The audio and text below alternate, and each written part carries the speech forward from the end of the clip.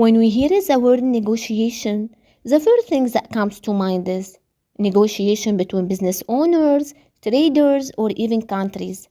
But imagine this. About 30% of the conversation we have every single day, if you think about them generally, are actually a form of negotiation. Like negotiating with your partner about what to have for lunch, negotiating with your kids about where to spend the weekend, negotiating with a friend about where to go out after work, negotiating with your boss to solve a problem at work, and even negotiating with the coffee seller about the type and price of the coffee you want to drink. And this isn't just my opinion. This was confirmed by the latest studies done in 2026. You're probably asking yourself, why only 30% and not more? Let me be honest with you. Most of the conversation we have in our daily lives are based on give and take, but not every give and take is a negotiation. A lot of conversations are just about proving I am right and you're wrong. Their goal is to have only one winner, and that's just an argument to feed the ego, not negotiation at all. Because real negotiation is reaching a solution that satisfies both sides. Its goal is to protect the relationship for the long run. And its goal is not to win the conversation, but to win the other person's respect. So today in this video we will talk about how to negotiate with confidence, how to understand the people before trying to convince them, and how to speak about any topic that needs negotiation. So watch this video until the end because I'll be sharing all these steps with you. So let's get started. The first step in negotiation is super simple. Attack the situation, not the person. To see how this rule completely changes the game, imagine a child accidentally spills a glass of water on the table.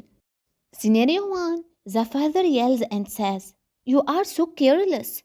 Didn't I tell you to pay attention and not spill it?" Here, the father attacks the person. Naturally, the child's reaction is to get defensive. "I didn't mean to. It happened by accident." He starts crying and defending himself, and the whole conversation turns into a toxic argument, where each side just wants to prove they are right. That's how we fall into a win-lose trap. Scenario 2. The father calmly says, "Relax, the glass fell because it was placed in the wrong spot." Here, the father attacks the situation, not the person. In this case, the child's pride stays intact. His defensive drop immediately, and he becomes ready to listen and learn how to solve the problem with you until you can reach a situation that satisfies both sides. The exact same thing happens in adult negotiations. Once you take the attack of the person and focus on the problem, people stop fighting you and start working with you toward a win-win outcome. Step 2 in negotiation, focus on interest, not oppositions. But first, it's really important to know the difference between a position and an interest. A position is the surface level thing someone insists they want, while an interest is the real reason behind their request. So to negotiate smartly, it's important to know what your real interest is, and even more importantly, to understand the other side's interest. To find out what they truly care about, simply ask them, "Why do you want this specific thing?" And try to see things from their perspective, because understanding their interest is the master key to serving your own interest later.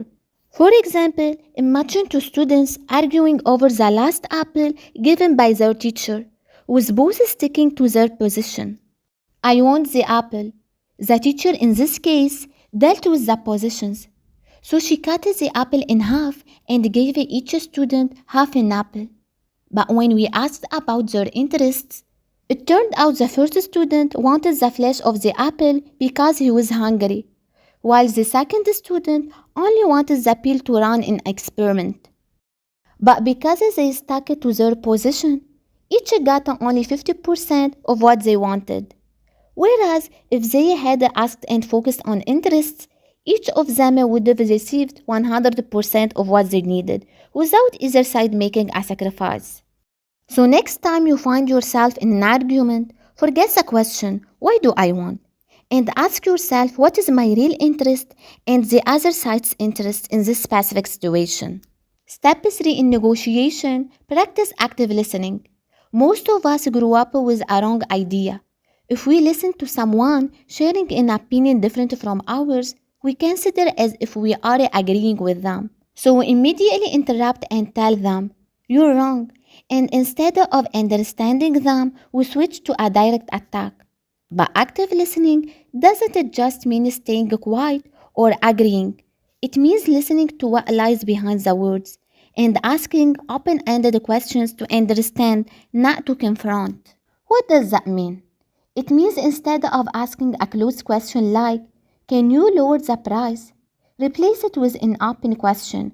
What factors affect your pricing decisions?